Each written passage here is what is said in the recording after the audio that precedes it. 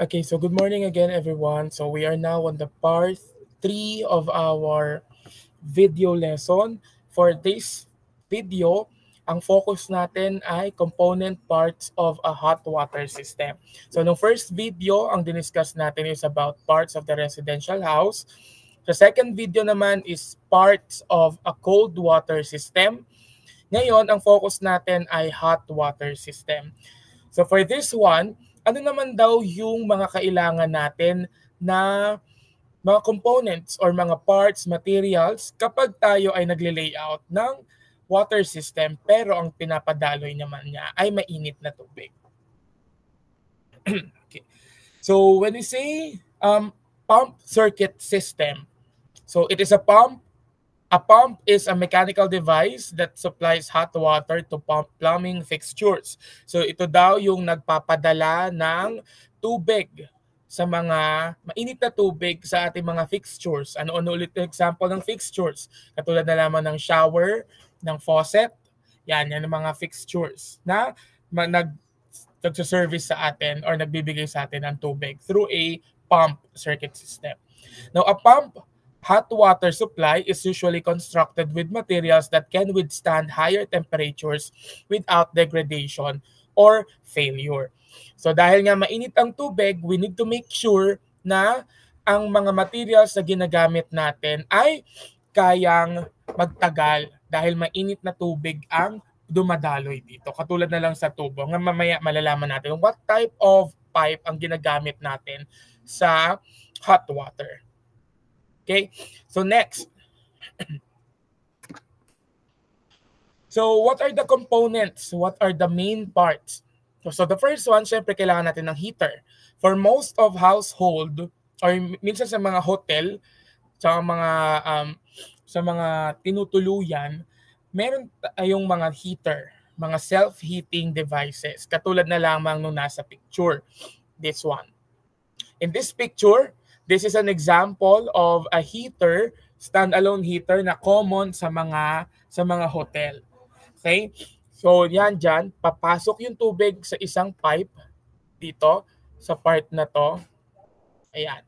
Papasok yung malamig na tubig and then ilalabas niya doon sa kabilang pipe as mainit na water.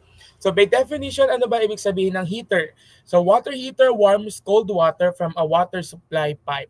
It can be electric or gas. In this case, this is an electric type of a water heater. Okay? Makita niyo diyan banda sa taas, syempre para hindi mabasa, nandun yung saksakan ng water heater. Now meron din tayong industrial type or yung mga pangmalakwakan talaga or pangmalakihang pangmalakihan na volume na kailangan ma-produce ng hot water.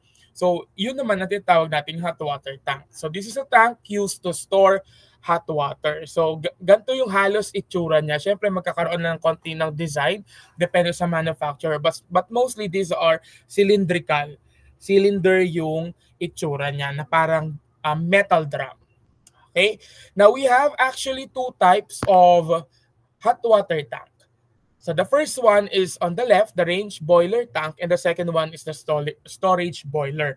Yung una, which is the range boiler, is medyo luma na as compared to the storage boiler. So it's a small cylindrical hot water. As opposed to storage boiler, ang storage boiler naman ay large hot water tank in either vertical or horizontal position. Okay, so we will not get into details of range and storage boiler, but they're both used as a tank and minsan naandyan na rin yung heater nila. Nag-i-store ng water tapos diyan pa pinapakuluan or pinapainitan yung mga water. Now, syempre dahil ito ay may tubig, mainit na tubig, meron yung pressure gawa ng pinainitan, pressurize yung water. So, kailangan natin ng temperature and pressure relief valves. Katulad ng nakikita natin sa picture. Ayan. Ngayon, halos ganito rin yung itsura or halos ganito rin yung function ng mga nasa pressure cooker. So yung pressure cooker ginagamit natin para mapabilis yung pagpapalambot ng mga karne katulad na lang sa baka, specifically sa baka. Yung nasa taas, which is this one, eto, yan ang tinatawag natin na pressure cooker valve. Ang function niya is katulad nito na temperature and pressure relief valve ng mga hot water tank. Now, bakit kailangan ng hot water ng ganito? So temperature and pressure relief valves are automatic safeguards for residential and commercial water heaters and hot water storage tanks. Now, these valves are essential components because they ensure the protection of hot water supply tanks and heaters by regulating temperature and pressuring or pressure level. Dahil nga siya ay nasa cylinder tank or cylindrical tank, sarado, hindi nare-release yung pressure, yung hot water or yung vapor, ibig sabihin, tumataas yung pressure sa loob. Para siyang bomba na pag hindi natin ni-release yung hot water or yung pressure, sasabog yung tank. So, kailangan ng temperature and pressure relief valve. Sir, bakit ganon? Para madaling intindihin, di ba nagsasaing tayo? Sa sinaing, kumukulo yung tubig sa loob. At pag kumulo na yung tubig, magre-release siya ng bubbles. Kailangan patanggal natin yung takip ng kaldero para yung bubbles ay sumingaw. Yung hot water, yung kumulong water ay matanggal. Dahil pag hindi, ang tendency nun ay iaangat niya, iahagis na yung kung malakas na yung pressure dun sa loob ng kaldero, iahagis na yung takip. So yun yung function ng temperature and pressure relief valve. Now, what type of pipe ang ginagamit natin pag tayo ay nagsusupply ng hot water?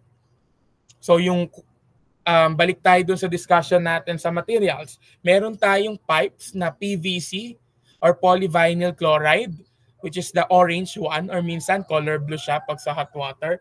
Pag sa cold water. Pag naman sa hot water, ang ginagamit natin is yung color green, which is the PPR or the polypropylene random copolymer pipes. Ito yung type ng mga tubo na kayang mag-withstand ng hot water. Ibig sabihin, pag dinaanan siya ng mainit na tubig, hindi siya lulukot o hindi siya masisira. Hindi katulad ng PVC na halos plastic or gawa mismo sa plastic. Siyempre, pag ang plastic na initan, siya ay madideform, mayuyupi. So, eto, kaya niyang daanan ng mainit na tubig. Okay? And for the last component, meron tayong mixer tap or mixer faucet. Ito yung mga type ng gripo kung saan pwede kang gumamit or pwede siyang maglabas ng mainit na tubig at saka ng malamig na tubig. Pag sinabi nating color blue, that's cold water. Pag color red, that is hot water. Parang sa mga water dispenser. Pag color blue, that's cold water. Pag color red, that is hot water. Okay, so we have to be careful with that one. So meron tayong dalawang type. The first one is magkabilaan talaga sila. Yung kaliwa ay for hot, yung kanan naman is for cold water.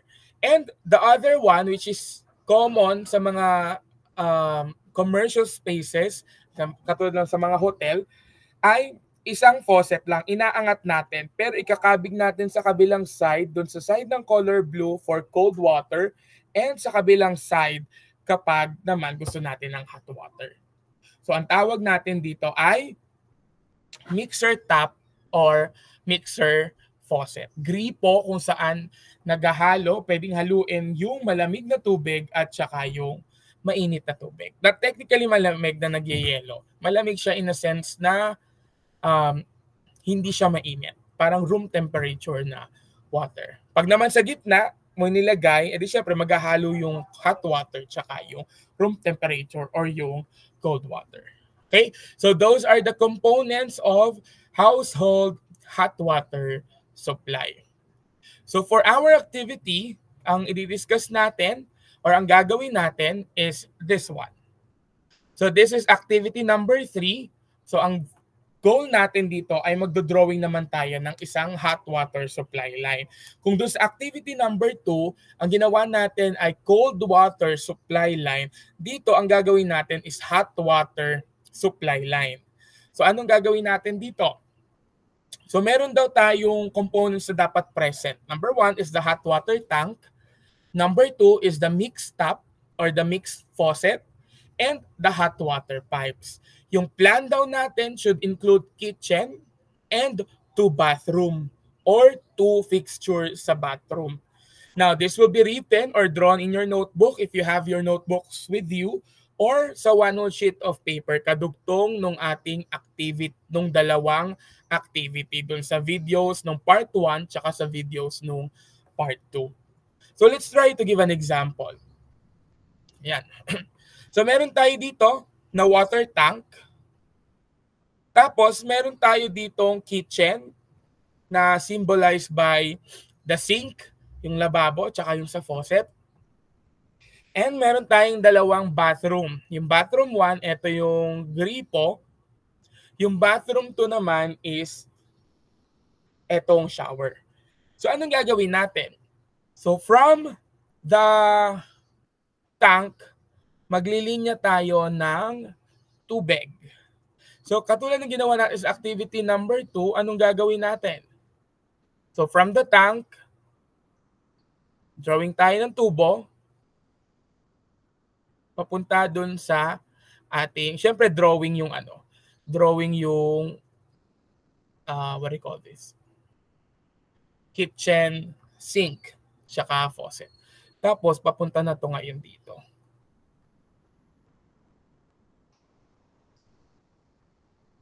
Okay, so mga tubo yan.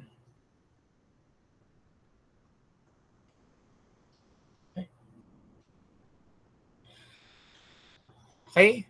So sir, paano naman yung malamig na tubig? Siyempre, hindi siya dadaan dito sa hot water tank. Gagamit tayo ng color blue. So halimbawa, hindi na siya dadaan sa hot water tank. Okay? So kailangan meron tayong hot water line tsaka cold water line. Okay? So mahirap lang dito sa drawing. Ayan. So a basic example is this one. So red line, kapag galing ng tangke, kailangan pala natin ng isa pa. Galing sa labas. Sa linya ng tubig. Ayan.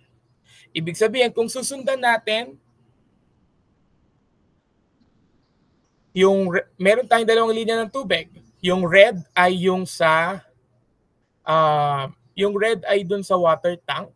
Ibig sabihin, mainit. Papunta dun sa kitchen and papunta sa bathroom 1 at papunta dun sa bathroom 2. Yung color blue naman, which is the cold water line, galing din sa labas. Siyempre, dahil malamig siya, hindi na siya dadaan sa heater. Pupunta siya ngayon dun sa kitchen, dun sa bathroom 1, and then dun sa bathroom 2. Okay? So, ayusin nyo na lang yung arrangement para hindi siya mag-overlap. So, if you need then, so kailangan nyo na lang burahin. Ay, nawala. Okay? So, again, the goal is to dapat makapag-supply tayo ng hot water supply. Blue for the cold water and red for the hot water. Dapat may isang hot water tank, may isang mixed tap faucet, at may hot water pipes. So dapat isang kitchen at dalawang bathroom. So this will guide you as an example for the activity. Okay, so saan ulit isusulat? Sa notebook if you have your notebooks with you, or sa one whole sheet of paper katuktong no activity 1 and activity 2. Okay, so for our next video, that will be the last video, last part ng part 4. Didiscuss naman natin yung drainage waste vent system. Okay,